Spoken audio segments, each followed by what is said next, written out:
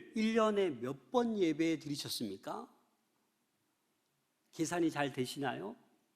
주일 성수를 잘 하신 분들은 52번, 오후창 예배나 수요 기도회나 금요 기도에 나오신 분들은 그 숫자가 늘어나겠죠. 새벽 예배까지 나온 분들은 500번, 600번 이렇게 예배 드리신 분도 있을 겁니다. 하지만 의외로 우리 가족 가운데, 우리 자녀 가운데 작년에 손꼽을 수 있을 정도로 예배 드리는 그런 목원들, 기관별 회원들, 그런 분들이 여러분 보이지 않습니까? 그런 분들이 올해 새해에는 예배가 회복될 수 있도록 그 연약한 분들을 위해서 기도하는 우리 모두가 될 수 있기를 소망합니다. 물론 예배 횟수를 얘기하는 거 아닙니다. 예배를 그래도 나오지 않는 그 영혼이 주님께 나와 예배를 드려야 하는 거예요. 2019년 11월에 중국 우한에서 코로나 이 바이러스가 처음 발견되어 퍼지게 되었습니다. 그래서 기억나시죠? 거리두기, 인원 제한, 집합 금지 명령, 우리가 상상할 수도 없었던 그런 일들을 우리는 겪었습니다. 모이고 싶어도 모여서 예배할 수 없었고, 모여서 소그룹 성경 공부하고 목장 모임을 하고 싶었지만, 교제하고 친교하고 싶었지만 하지 못했던 그런 시간들도 있었습니다. 이제 포스트 코로나 시대를 맞이하면서 우리가 가장 먼저 개인적으로든 교회적으로든 한국 교회적으로든 가장 먼저 회복되어야 될 것이 바로 무엇이다? 예배입니다. 예배. 그래서 올 한해 주제가 뭐예요? 복음의 사람. 보이시나요? 다 같이 읽어봅시다. 시작. 예배자로 살게 하소서. 그렇습니다, 여러분. 우리는 예배자로 살아가야 돼요. 그런데 여기서 중요한 것이 당신 예배자로 살아가세요. 이전에 누가? 내가, 하나님 나를 예배자로 살게 해달라고 간절히 이 새해 첫 주일에 기도할 수 있는 우리 모두가 될 수 있기를 소망합니다. 왜냐하면 하나님께서 가장 기뻐하시는 일이기 때문입니다. 하나님께서 가장 기뻐하시는 일이 바로 예배예요, 예배. 이사야 43장 21절 말씀을 다 같이 읽겠습니다. 시작. 이 백성은 내가 나를 위하여 아멘. 예배는 하나님께서 우리 사람을 창조하신 목적이에요. 예배를 받으시기 위해서, 찬송을 받으시기 위해서 우리를 지으셨다라는 겁니다. 그래서 우리는 이 예배가 얼마나 소중한지를 모르겠습니다. 그런데 이 예배를 인간이 저버리게 되면 이 사람의 생각이 허망해집니다. 마음이 어두워지고 어리석게 됩니다. 창조주를 섬기지 아니하고 오히려 피조물을 섬기게 됩니다. 로마서 1장 21절부터 25절 말씀을 제가 읽어드리겠습니다. 하나님을 알되 하나님을 영화롭게도 아니하며 감사하지도 아니하고 오히려 그 생각이 허망하여지며 미련한 마음이 어두워졌나니 스스로 지혜 있다 하나 어리석게 되어 썩어지지 아니하는 하나님의 영광을 썩어질 사람과 새와 짐승과 기어다니는 동물 모양의 우상으로 바꾸었느니라. 그러므로 하나님께서 그들을 마음의 정욕대로 더러움에 내버려 두사 그들의 몸을 서로 욕되게 하게 하셨으니 이는 그들이 하나님의 진리를 거짓 것으로 바꾸어 피조물을 조물주보다 더 경배하고 섬깁니다. 주는 곧 영원히 찬송할 이시로다. 아멘. 그렇습니다, 여러분. 우리가 예배하고 하나님을 찬양하기 위해 지으심을 받았는데 이걸 행하지 않으니까 어리석게 되고 허망하여지고 어두워지고 조물주보다 피조물을 섬기는, 우상을 숭배하는, 마음의 정욕대로 살아가는 그런 인생이 되었다라는 겁니다. 그래서 오늘 시편 50편을 보면 이 50편은 하나님과 이스라엘 백성 사이의 언약 관계를 재확인하는 내용으로 쓰여져 있습니다. 보통 시편이 사람이 하나님께 드리는 기도나 간구로 이루어진 것들도 있지만 하나님 편에서 그의 백성에게 말씀하는 내용의 시편이 오늘 50편입니다. 5절 말씀을 함께 읽겠습니다. 시작. 이르시되 나의 성도들을 내 앞에 모으라. 그들은 제사로 나와 언약한 이들이니라 하시도다. 누가 이르시는 거예요? 하나님께서 말씀하시는 거예요. 나의 성도들을 내 앞에 모으라. 왜요? 제사로 나와 언약한 이들이기 때문에, 나와 예배 드리기로 약속한 백성이기 때문에 내 앞으로 모으라고 하는 거예요. 한 공간에, 한 회중이, 한 공동체로 모이는 그 예배의 중요성을 하나님께서 지금 말씀하고 있는 것입니다. 하나님께서 지금 예배를 받으시기 원하셔서 백성들을 지금 모으고 있는 거예요. 모으라고 명령하고 있는 것입니다. 여기서 나의 성도와 제사로 나와 언약한 이들이다 라고 말씀하고 있습니다. 그렇습니다. 하나님과 성도와의 관계가, 즉 제사, 예배로 이어진 것을 말씀하고 있습니다. 하나님과 백성들은 어떻게 해요? 언약 관계예요.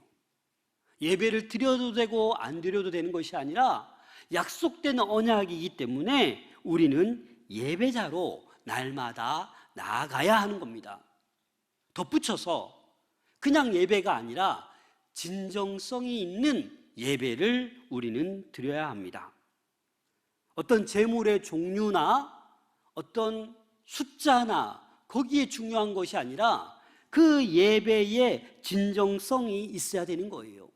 그럼 여러분, 그 예배의 진정성이 무엇이겠습니까?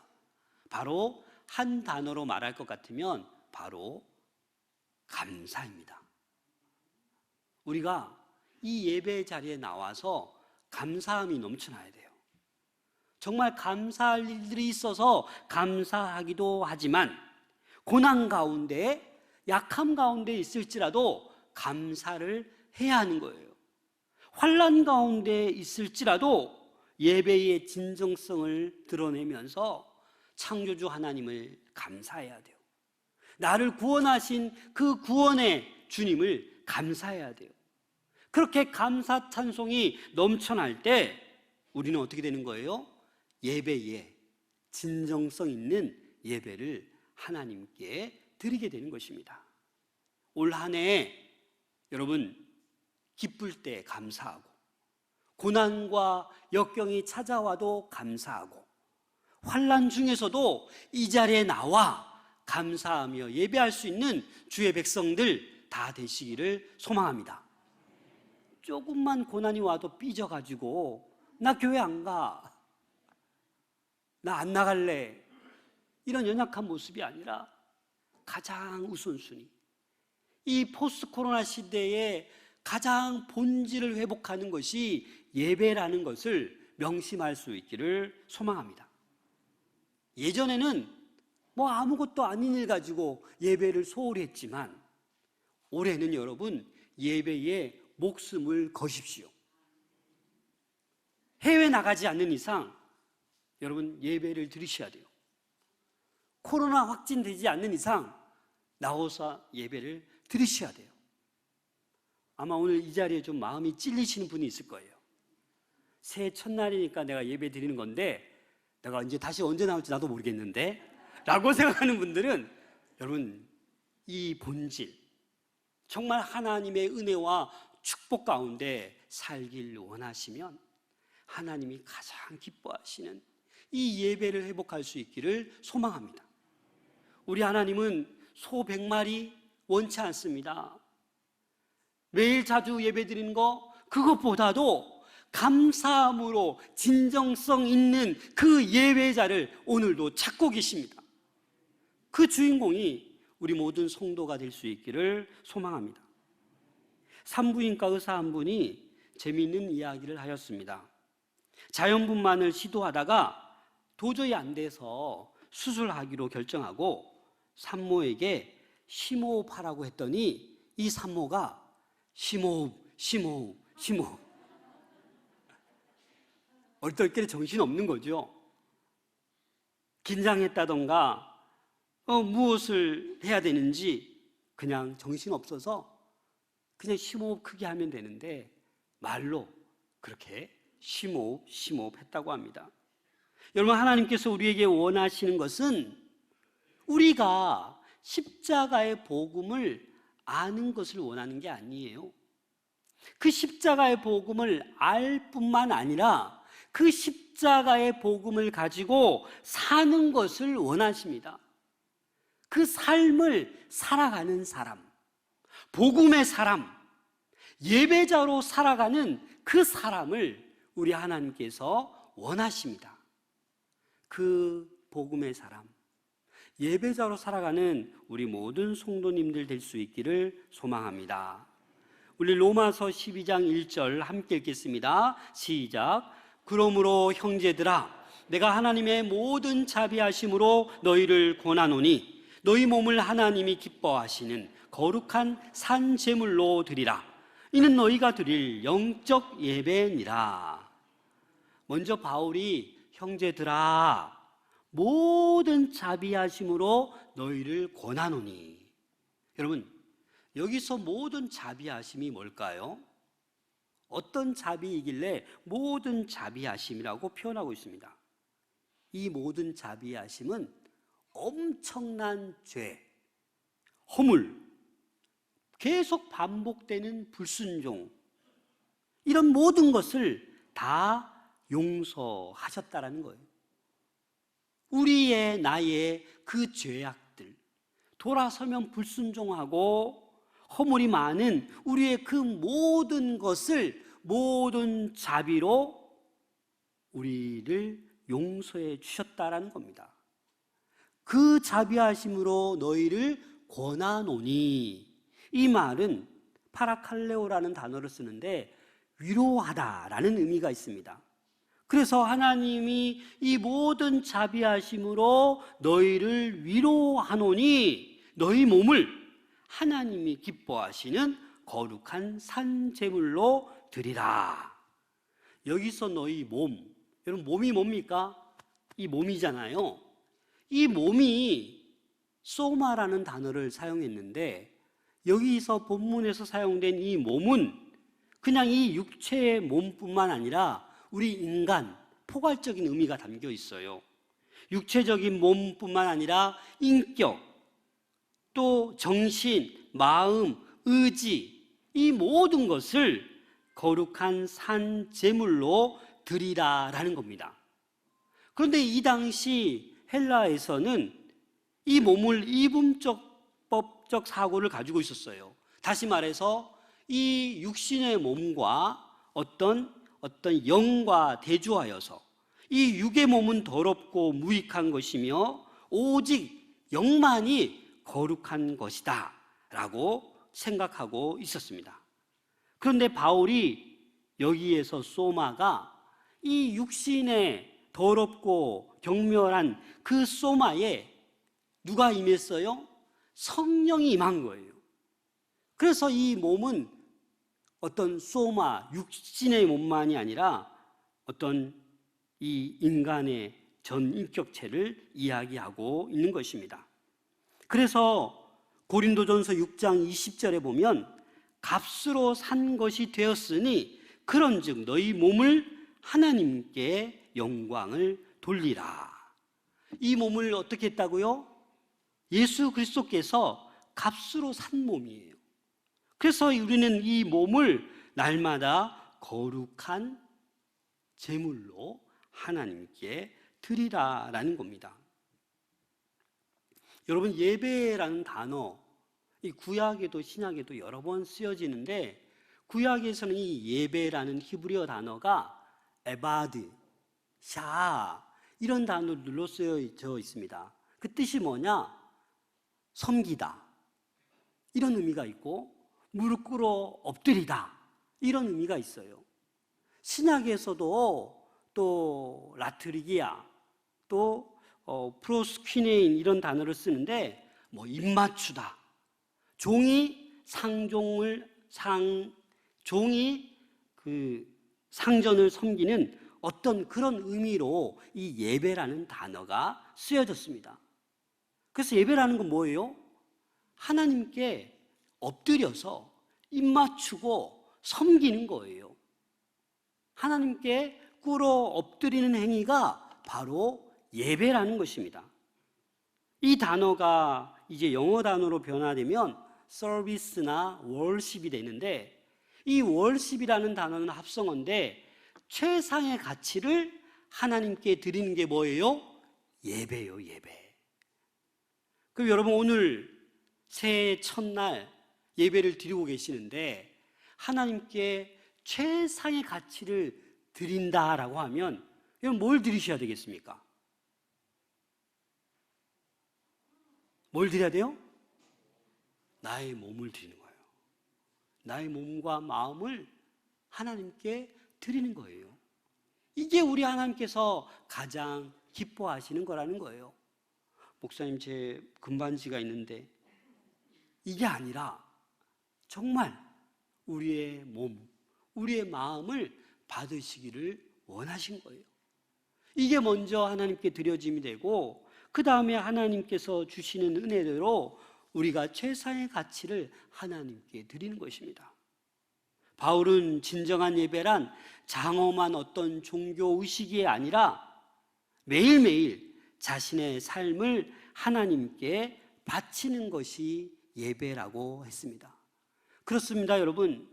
이 주일날 이 예배 시간에 하나님께 찬송도 드리고 기도도 드리고 헌금도 드리고 다 드리잖아요. 그렇잖아요. 근데 말씀 선포만 하나님의 말씀을 내가 받아서 이 예배를 드리고 있는데, 여기서 축도로 예배가 끝나는 게 아니다고요. 여러분들 집으로, 직장으로, 사업장으로 가셔서 그 말씀이 살아 움직이고 그 말씀대로 예배자로 살아가는 것이 진정한 예배인 것입니다. 고린도전서 3장 16절에 보면 너희가 하나님의 성전인 것과 하나님의 성령이 너희 안에 계시는 것을 알지 못하느냐. 우리 몸을 하나님께 산 제물로 드릴 수 있기를 바랍니다. 구약시대에는 어떻게 제물을 드렸습니까? 내가 지금 도둑질을 했어요. 죄를 지었잖아요. 그러면 소를 가져와서 소 머리에 안수하면 이제 어떻게 되는 거예요? 이 소가 도둑놈이 되는 거예요. 나는 죄가 없어요. 또 내가 간음죄를 범했어요. 양 한 마리를 사서 양 머리에 안수하면 이 양이 뭐예요? 간음한 양이 되는 거예요. 나는 뭐예요? 죄를 씻는 거예요. 이 구약시대에는 내가 뭔가 죄를 지으면 소도 잡아야 되고 양도 잡아야 되고 염소도 잡아야 되고 비둘기도 잡아야 되고 계속 반복되는 거예요. 근데 지금은 어떻습니까? 영원한 단번에 제물이 되어주신 누구요? 예수 그리스도. 예수 그리스도께서 우리의 모든 죄를 단번에 사해 주셨습니다. 그래서 우리는 날마다 나의 이 몸, 나의 이 마음을 그냥 하나님께 날마다 예배로, 삶으로 드려지면 되는 것입니다.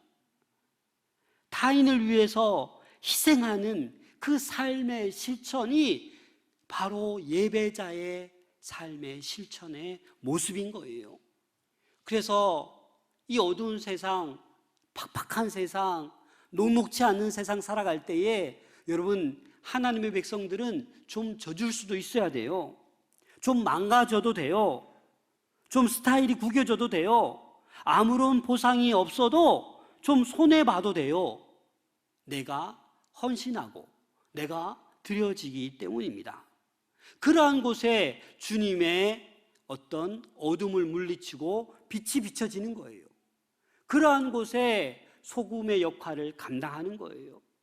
그래서 저와 여러분들이 이 예배자의 삶으로 이제 흩어질 때 이 사회는 변화되기 시작하는 것입니다. 최고의 예배자의 모델이 누구이십니까? 바로 예수님이십니다. 예수님은 십자가에서 그 보여주신 순종, 그 죽음이 최고의 예배의 모델입니다. 순종이 제사보다 낫습니다. 그게 하나님께서 오늘날 우리에게 요구하시는 거예요. 본질로 돌아가서 말씀에 순종할 수 있기를 소망합니다. 저는 하나님의 말씀을 전하는 대언자에 불과하지 않아요. 제가 기도하고 말씀 준비해서 이렇게 선포하는 거 아니겠습니까? 개인적인 생각으로 이 말씀을 풀어가지 않습니다. 그래서 제가 하는 말씀이지만 이 말씀이, 성경 말씀이 나에게 하나님께서 주시는 말씀이구나라고 여러분들이 간직하면 돼요. 그리고 그 말씀대로 살아가면 되는 것입니다. 로마서 12장 2절입니다. 함께 읽겠습니다. 시작. 너희는 이 세대를 본받지 말고 오직 마음을 새롭게 함으로 변화를 받아 하나님의 선하시고 기뻐하시고 온전하신 뜻이 무엇인지 분별하도록 하라. 너희는 이 세대를 본받지 말고, 이 본받지 말라라는 그 어근의 헬라어를 보니까 스케마라는 단어를 쓰고 있는데, 이 스케마는 외형을 뜻하는 거예요. 이 외형은 나날이 변하는 거예요. 계속적인 변화를 뜻하는 단어가 스케마입니다. 바울은 이것을 염두에 두고 세상의 온갖 유행에 맞추려고 하지 말라라는 거예요. 색깔에 따라 변하는 그 카멜레온과 같이 되지 말라라는 거예요. 사랑하는 여러분, 올 한 해에 복음의 사람으로 나를 예배자로 살게 해달라고 그렇게 오늘 첫 주일에 간절히 기도할 수 있기를 바랍니다. 그렇게 예배자로 살아가야 우리는 하나님의 선하시고 기뻐하시고 온전하신 뜻이 무엇인지 분별할 수 있는 것입니다. 참된 예배는 세상으로 나아가는 것입니다. 참된 예배는 세상에 나가 주의 말씀을 선포하고 능력을 나타내는 겁니다. 우리 마산 동부교회 하나님께서 50년 동안 지켜주셨습니다. 아니, 작년만 보더라도 하나님께서 많은 것을 부어주셨어요. 코로나 상황 가운데도 우리 교회를 너무나도 사랑하셔서 많은 것을 채워주시고 부어주셨습니다. 하나님의 은혜입니다. 그래서 이 은혜를 가지고 올 한 해 예배자로 살아갈 수 있기를 바랍니다. 행복하게, 나만 행복한 것이 아니라 예배자 나 한 사람으로 말미암아 우리 가정이 살아나고 우리 직장 동료가 살아나고 우리 사업장이 살아나는 그 놀라운 역사를 행하는 우리 모든 성도들이 될 수 있기를 소망합니다.